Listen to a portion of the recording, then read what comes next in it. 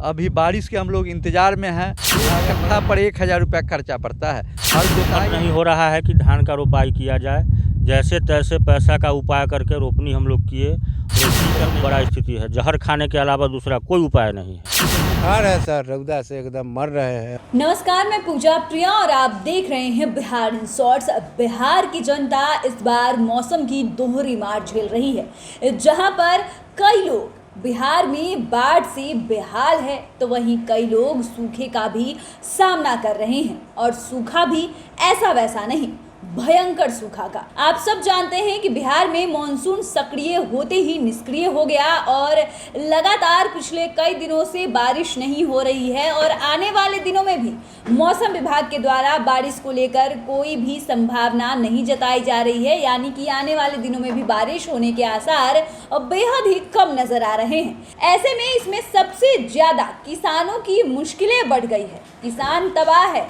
किसान यहाँ तक बोल रहे हैं कि अपनी जमीन या तो बेचनी पड़ेगी, नहीं तो जहर खाना पड़ेगा। आप खुद सुनिए मुजफ्फरपुर के किसान क्या कुछ कह रहे हैं। बहुत परेशानी है। हम लोग मई जून में जो फर्स्ट में जो बारिश हुई उसमें धान रोप दिए।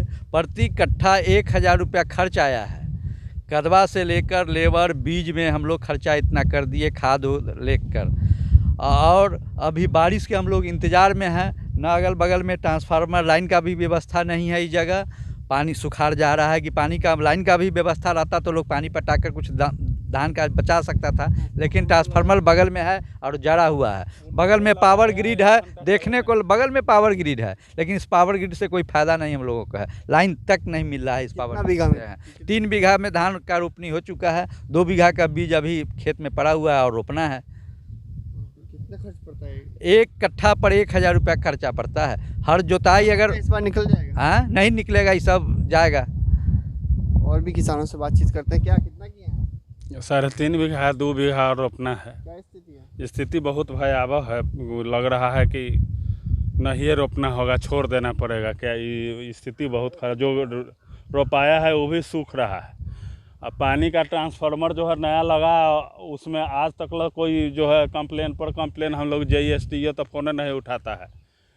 कहे जो कम से कम इसका जान बच जाए कि आगे अगर वर्षा होगा तो कहीं और हो जाए। आशा उम्मीद पर किसान जीता है, वो भी आशा उम्मीद समाप्त है, कोई सुनने वाला नहीं। किसानों की आशा और उम्मीद भी समाप्त हो गई। आप तस्वीरों में देख सकते हैं किस तरीके से पूरा खेत फट चुका है और काफ़ी परेशानियों का सामना करना पड़ रहा है किसानों को। क्या कहेंगे, क्या स्थिति है? बहुत बुरा स्थिति है।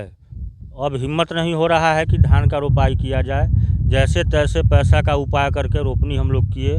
रोपनी करने के बाद यहाँ टोटल धान जल रहा है। अब बहुत बड़ा स्थिति है, जहर खाने के अलावा दूसरा कोई उपाय नहीं है। यही तो स्थिति है। ऐसा क्यों? जहर खाने की नौबत? और पैसा कर्ज लेकर के खेती कर रहे हैं। 5 साल से टोटल पैसा जो है सिए जा रहा है, ज़मीन बिकने के कगार पर है। दूसरा उपाय क्या है? धिया पुता भूखे मर रहा है, दूसरा कोई व्यवस्था तो है नहीं। प्रकृति भी मार दे रहा है, सरकार का भी कोई ध्यान इधर नहीं है। बगल में पावर ग्रिड है, बिजली नहीं मिल रहा है, ट्रांसफार्मर है वो जला हुआ है, कहीं कोई देखने वाला नहीं है। यही तो स्थिति है। किसानों को कितनी परेशानी का सामना करना पड़ रहा है, ये आप उन्हीं से सुन रहे हैं। क्या स्थिति है आप? बहुत बुरा स्थिति है। पहनने का कपड़ा नहीं है सर, खेत में मरने का नौबत आ चुका है।